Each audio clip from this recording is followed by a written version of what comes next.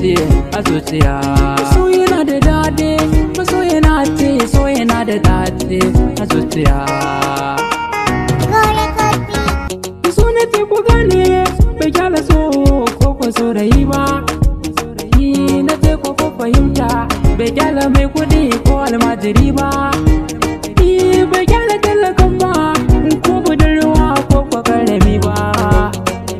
Shigar sana da daɗi, fitarsa tabbas na sani da dace a zuciya.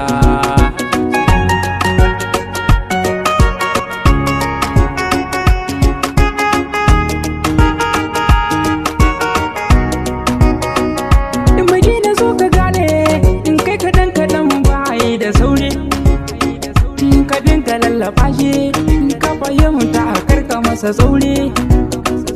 Ya dan uwa ka gane in shi ginin so ba masa kuri. Idan kana cikin sa kake du'a'i karka je ka afka a rijiya.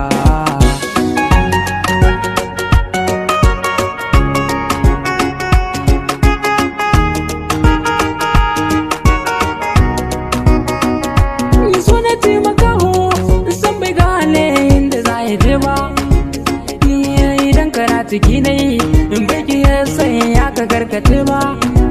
Idan yin tabo da ciwo gashi shi bai samu magani ba. Ni ne kiran masoya ku damke juna kar ku je ku abuka cikin wuya.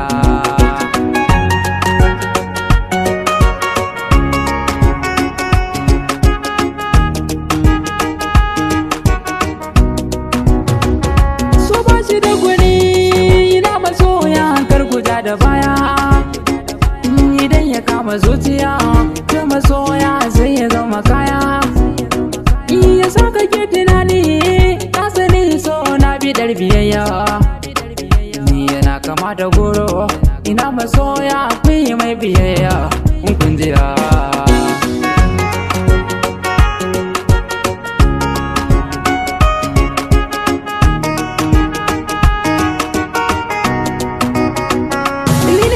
Masoya akan batun zo kun rike shi yafi gurin zama da juna. Kun yi yau zama ne kwano da murfi. Kun yi rufin amana don wugari so na sani da kaifi. Wanda zai yi yau so ya nemi kauna sai zaman ku yafi rashin wuya.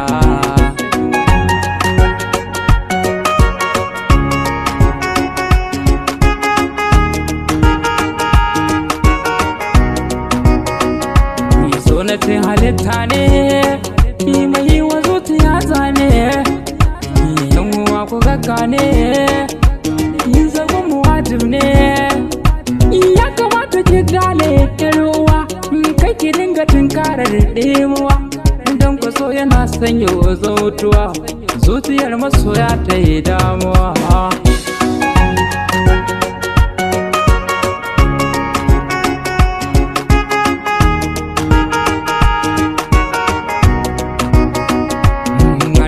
Nake yi gungaran mana ya ba mu masu kaunar mu a ko'ina don yi sar mahaikina nabina. Lahu kai nake roko iya gane na rufo koko. Ka amsha addu'ar mu ilahuna ka samu kara kaunar nabina rasulina nabina.